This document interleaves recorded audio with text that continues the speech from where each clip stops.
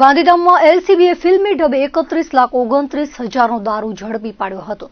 જાણવા મળતી વિગતો મુજબ એસપી સાગર વાઘમાર દ્વારા આપવામાં આવેલી સૂચના અંતર્ગત એલસીબીની ટીમ પેટ્રોલિંગમાં હતી ત્યારે બાતમી મળી હતી કે પિકઅપ ડાલામાં ગેરકાયદે દારૂ ભરેલો છે, જેથી ગાડીને પકડવા માટે ટીમ રાજવી ફાટક નજીક ચર્ચો પાસે ગળપાદર જિલ્લા જેલ જવાના રસ્તા પર વોચમાં હતી અને ગાડીને રોકવાનો ઇશારો કરતા ચાલકે ગળપાદર જિલ્લા જેલ જવાના રસ્તે ગાડી ફૂલ સ્પીડમાં વાળી ચલાવતા એલસીબીએ પીછો કર્યો હતો। માણોસ સેવા ટ્રસ્ટ સંચાલિત સંત વાલદાસજી આધાર સંકુલના ગેટ નજીક સામે રોડ પર પિકઅપ ડાલાને આંતરી પકડી દારૂ કબજે કરવામાં આવ્યો હતો। ગાડીમાં દારૂની 2400 બોટલ રાખેલી હતી, જેની કિંમત 31,20,000 રૂપિયા આંકવામાં આવી છે।